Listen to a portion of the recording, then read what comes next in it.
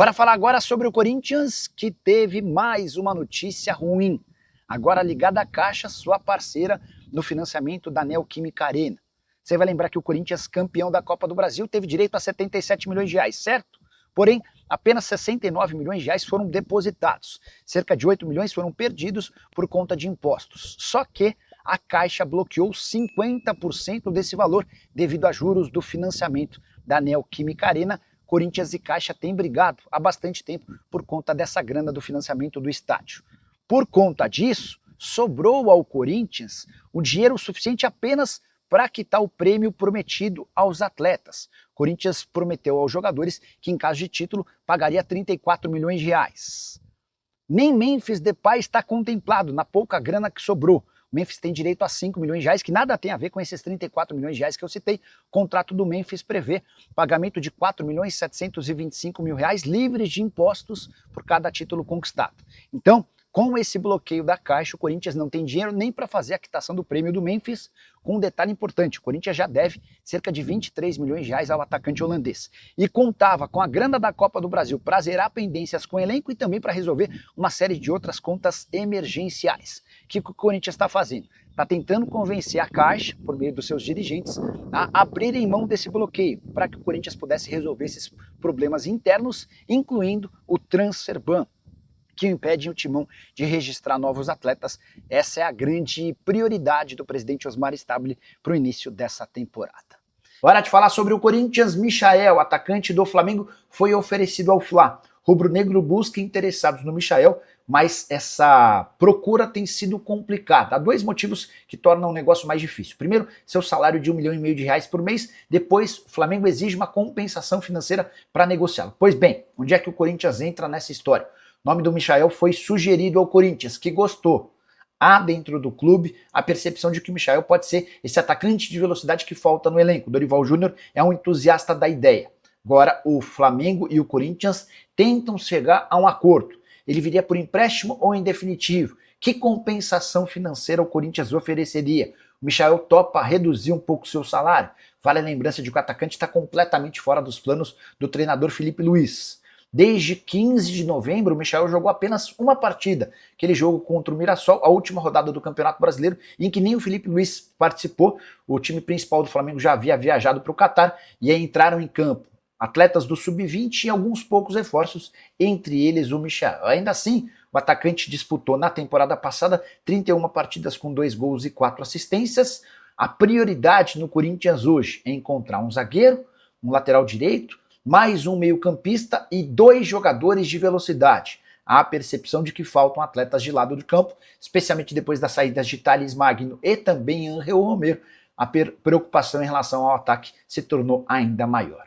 Quero contar agora que o zagueiro Doria, brasileiro de 31 anos de idade, que está rescindindo seu contrato no Atlas do México, foi sugerido ao Marcelo Paz e à diretoria corintiana. Doria tem conversas avançadas com o Internacional, embora o martelo ainda não tenha sido batido. Doria também conversou com o São Paulo e com o Fluminense. Hoje, a operação mais provável é com o Colorado. Repito, ainda sem acordo. Foi por isso que existiu a sugestão em relação ao Corinthians, até porque o Timão busca 1 ou 2 defensores.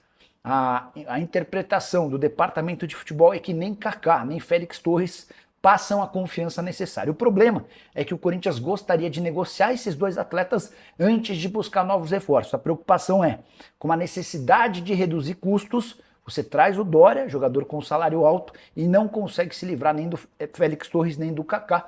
O Félix ganha na casa dos 750 mil reais por mês, o Kaká ganha outros 500 mil mensais.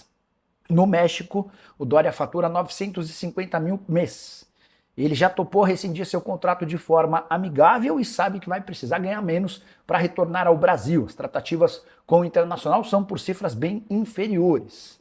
Diante desse cenário, a tendência é que, apesar de gostar do Doria e entender que ele poderia ser titular, formando talvez dupla de zaga com o Gustavo Henrique, a tendência é que o Corinthians abra mão dessa possibilidade. Só para completar o noticiário alvinegro, registrar que o Corinthians vai repassar à Caixa os 2 milhões e 900 mil reais que está recebendo da Prefeitura de São Paulo pelo aluguel da Neoquímica Arena para uma virada do ano, né, de 2025 para 2026. O estádio foi alugado para uma igreja e por conta de todas as dificuldades financeiras do Corinthians relacionadas ao financiamento do estádio, é a Caixa quem vai ficar com esse dinheiro.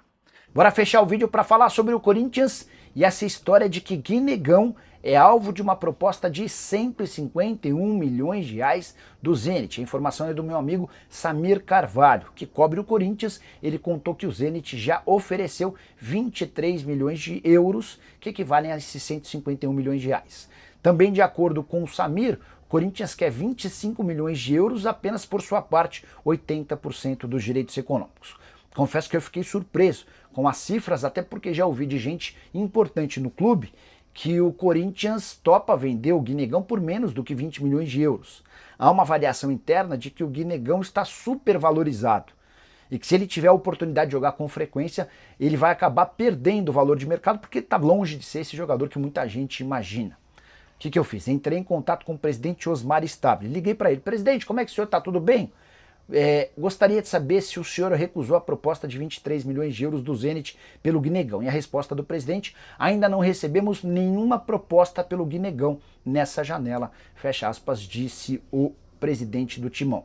Isso significa que o Samir está errado? Não. Talvez a proposta tenha chegado para os representantes do atleta, mas ainda não foi apresentada ao Corinthians. Mas quero reafirmar aqui que dentro da diretoria existe meio que uma convicção de que o Guinegão não será um jogador de primeiro nível, cara de muita disposição, de muita vontade, mas com poucos recursos técnicos. Até por isso, se aparecer uma proposta de 17, 18, 19 milhões de euros, deve haver negócio. Só para completar, registrar que o Corinthians vai faturar 2 milhões e 800 mil reais com o aluguel da Neoquímica Arena para a virada evangélica.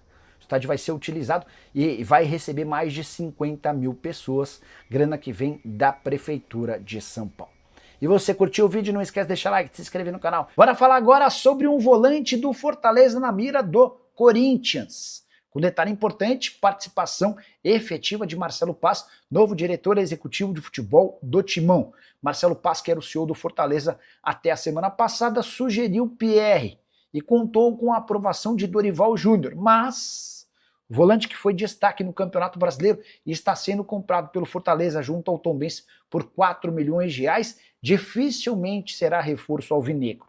É que o Fortaleza o comprou sonhando em vender o atleta para o futebol europeu e propostas do exterior não devem demorar a aparecer.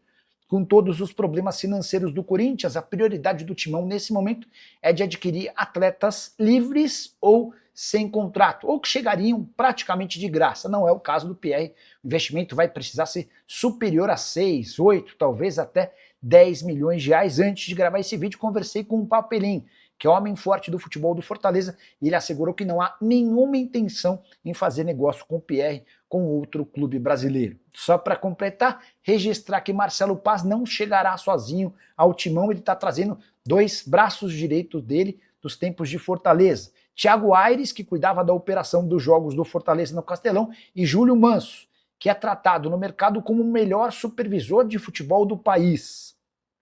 Ambos aceitaram o convite do Marcelo Paz e estarão ao lado dele no Corinthians.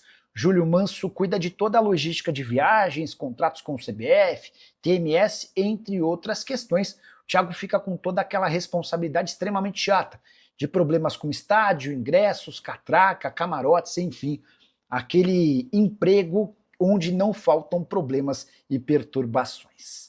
Quero fechar esse vídeo para falar sobre o Corinthians. Terminou nessa terça-feira o prazo para a Responsa Gaming apresentar garantias bancárias. Ela precisava provar ao presidente Osmar Stabile que teria capacidade de bancar 180 milhões de reais fixos por ano num vínculo de 3 temporadas. Informação da manhã dessa quarta-feira é de que a apresentação dessas garantias não aconteceu, mesmo com a indicação do Corinthians por um banco que tomaria parte desse assunto e daria o respaldo jurídico ao Timão. Dessa maneira, tudo se encaminha para que a Esportes da Sorte fique como patrocinadora master do Corinthians para 2026. Por que ainda não dá para bater o martelo? Porque o pessoal da Responsa Game ainda corria atrás no último dia do ano para apresentar essas garantias bancárias. A ideia do presidente do Corinthians era bater o martelo na noite dessa terça-feira, para que no último dia do ano todos os detalhes fossem confeccionados, o novo contrato estivesse valendo e a partir de 1º de janeiro de 2026 tudo resolvido. A menos que a Responsa Gaming apresente nas próximas horas essas garantias bancárias, a Esportes da Sorte seguirá no uniforme alvinegro, não pagando mais 103 milhões de reais por ano, mas sim 150 milhões de reais fixos. Com bônus, o contrato pode ultrapassar 200 milhões de reais. Esportes da Sorte, que já é parceira do Corinthians desde aquele momento super difícil da saída da VaiDebet, assumindo inclusive 57 milhões de reais por ano do custo de Memphis Depay no timão. Você, na condição de presidente do Corinthians, se arriscaria para receber mais numa bet que talvez não tenha capacidade de cumprir seu acordo, ou permaneceria com a Esportes da Sorte depois desse reajuste de 103 para 150 milhões de reais? Já uso o espaço para comentário e registra sua opinião. Antes de encerrar, só registrar que Maicon, para ficar no Corinthians em definitivo, topou baixar seu salário. Ele custava cerca de 1.200.000 reais por mês. O novo valor não foi divulgado. O que se sabe é que ele vai ganhar um pouco menos do que isso. E ele aceitou um contrato de 2 anos e não de 3, como sonhava com o Timão. Você curtiu as notícias? Não esquece de deixar like, se inscrever no canal. Fala pessoal, estamos aí com atualizações importantes do Corinthians. Se inscreva e ative o sininho para receber mais atualizações do Timão. Deixe seu like, que é muito importante para o crescimento do canal. Utilize o espaço aqui embaixo para registrar sua opinião. Ficamos por aqui com mais esse giro de notícias. Um abraço e até o próximo vídeo.